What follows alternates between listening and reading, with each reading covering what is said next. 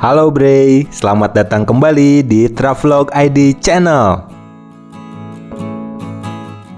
Sekarang, Mang Bray sedang berada di rumah bersejarah Inggit Garnasih.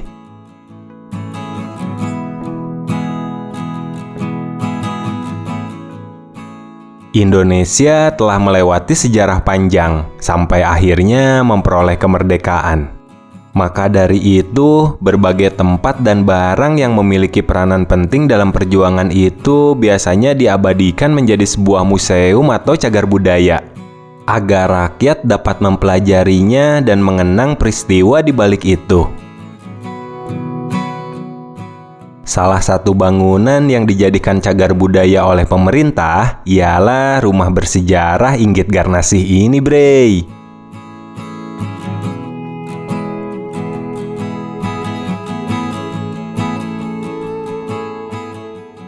Rumah bersejarah Inggit Garnasih memang tampak sepi, tidak banyak ornamen atau benda peninggalan di dalamnya. Tapi peristiwa penting dalam sejarah Indonesia pernah terjadi di sini. Di rumah inilah Soekarno belajar, ditempa dan menyusun strategi gagasan kemerdekaan. Banyak pertemuan penting dilakukan di dalam rumah ini.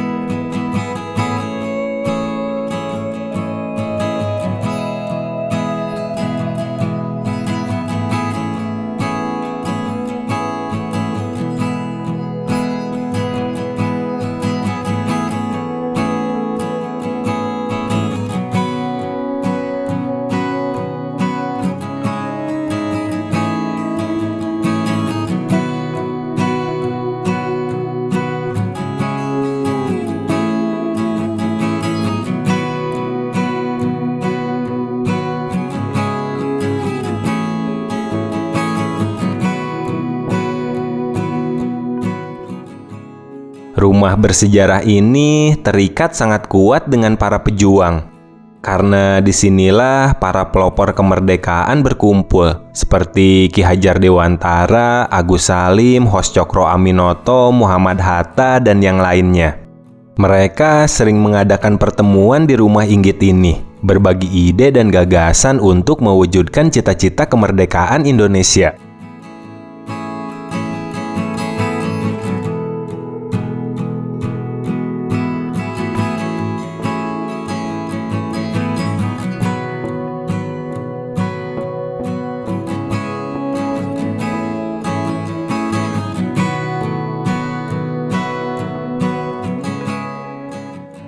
Lingkungan rumah Inggit telah berubah. Sekarang dikelilingi pasar dan pertokoan. Meski begitu, bangunan bersejarah ini terjaga dengan baik dan tidak banyak mengalami perubahan. Mulanya, rumah Inggit berbentuk rumah panggung. Kemudian diberi pondasi beton karena setelah Inggit meninggal, rumah ini terbengkalai. Beberapa bagiannya rusak dan hampir roboh. Oleh sebab itu, pemerintah pun melakukan revitalisasi lalu membuka tempat ini untuk umum.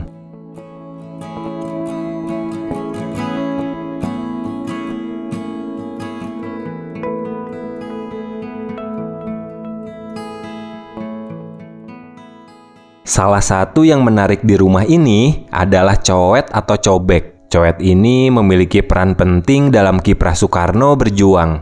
Coet ini sudah digunakan Inggit sebelum dipersunting Bung Karno pada tahun 1923. Coet ini berfungsi untuk membuat bedak dan jamu di rumahnya. Kebiasaan itu juga dilakukan Inggit saat tinggal bersama Bung Karno.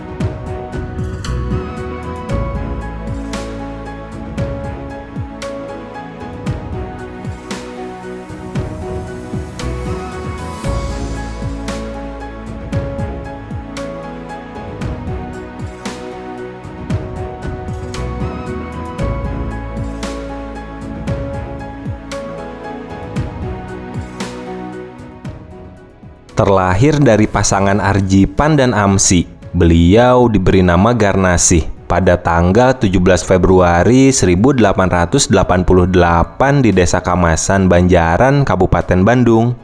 Karena kecantikannya, banyak pemuda yang menaruh hati kepadanya. Kata mereka, jika mendapat senyuman dari Garnasih, seakan seperti mendapat uang 1 ringgit. Maka lama-kelamaan, panggilan si Ringgit pun menyemat pada diri Garnasih. Agar lebih manis kedengarannya, maka namanya berubah menjadi Inggit Garnasih. Banyak pria yang berusaha mendekat dan ingin mencuri hatinya. Ia juga pernah dipersunting oleh Nata Atmaja, seorang patih di kantor residen Priangan. Namun, pernikahan mereka tidak berlangsung lama. Setelah itu, Inggit menikah lagi dengan Haji Sanusi, seorang pengusaha yang juga aktif di Sarekat Islam.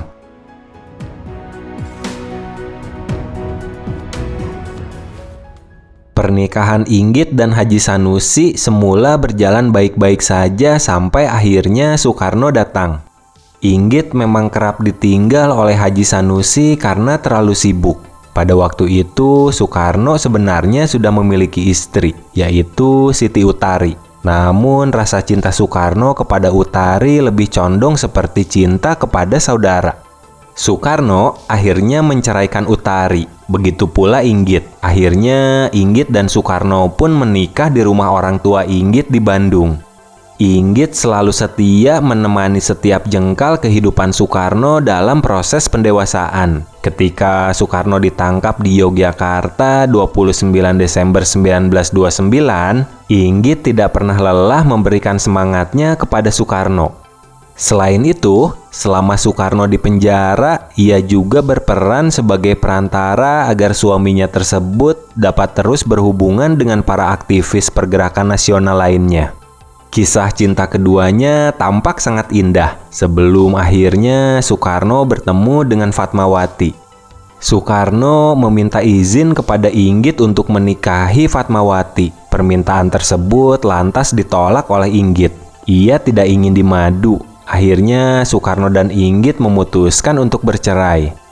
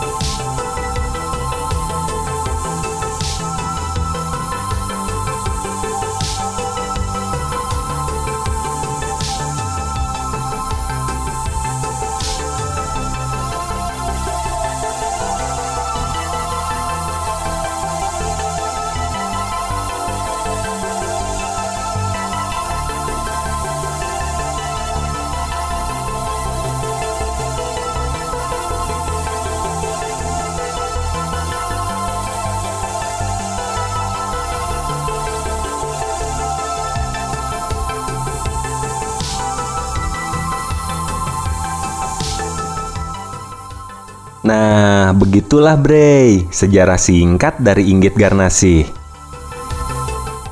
Akhirnya, Mamang harus pamit dulu nih Bre. Terima kasih ya telah menonton video ini sampai akhir. Sampai jumpa lagi di video selanjutnya.